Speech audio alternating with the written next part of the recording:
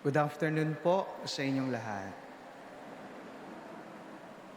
First of all, let us thank the Lord for gathering us in this beautiful Monday afternoon, plus another blessing.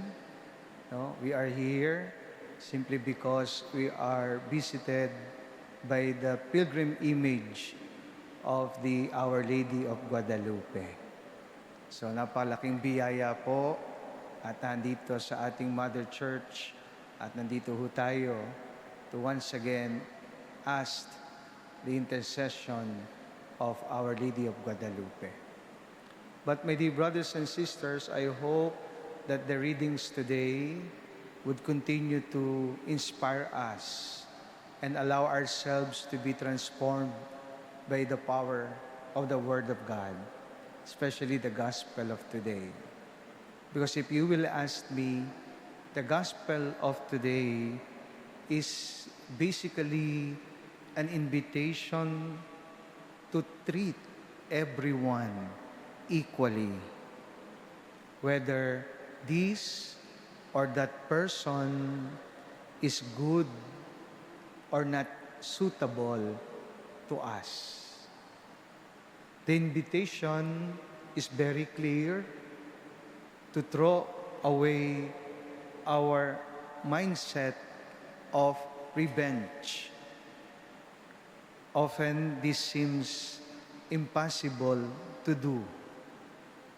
Yet if we pray and strive to have an open heart, the way ahead will surely be easier to tread.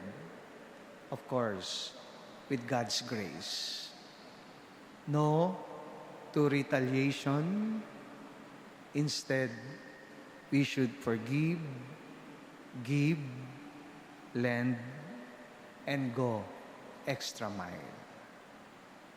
I remember a Spanish proverb which says, to turn evil for good is devilish. To return good for good is human. To return good for evil is godlike. So, be like God, be godlike. When a pony kicked a little boy, his father decided to take quick revenge. He gave the animal a swift kick in return. The result was disappointing because the man suffered 2 broken toes. Then he found that his son had not been injured. After all, neither was the pony. My dear brothers and sisters, revenge is the poor delight of little minds. Vengeance is a caricature of justice when charity is absent.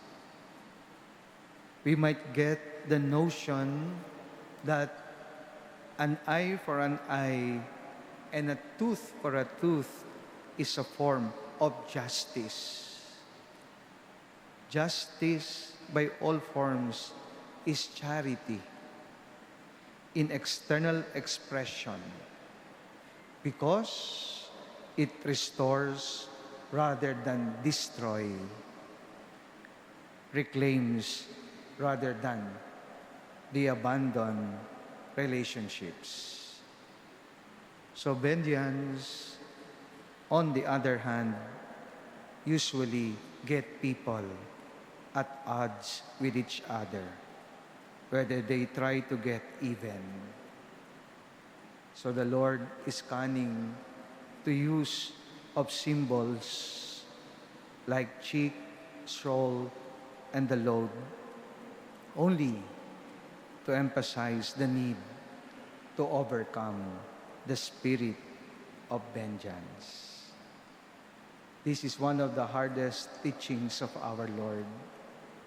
But as I have said, be reminded of the Spanish proverb.